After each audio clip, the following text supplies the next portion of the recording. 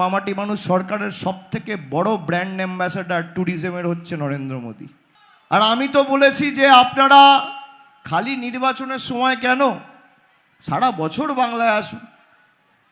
সারা বছর বাংলায় এসে ফুচকা খান, ঝালমুড়ি খান, রোল খান, যা ইচ্ছা কচুরি খান, সিঙ্গাড়া খান, জিলিপি খান, কোনো অসুবিধা নেই। ভাই বাংলাটা কত সুন্দর, যদি প্রধানমন্ত্রী ঘুরে ঘুরে না দেখাতো দেশের মানুষ জানতে পারতো, বুঝতে পারতো।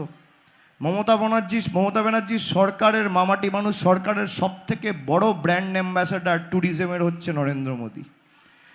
আজকে এইভাবে যদি বাংলার প্রচার না হতো, বাংলার গঙ্গা কত সুন্দর, ঝাড়গ্রামের রাস্তা কত সুন্দর, যেখানে মুড়ি খাচ্ছেন রাস্তাটা মমতা ব্যানার্জির তৈরি করা, ফুটপাতটা ঝাড়গ্রাম মিউনিসিপ্যালিটির তৈরি করা।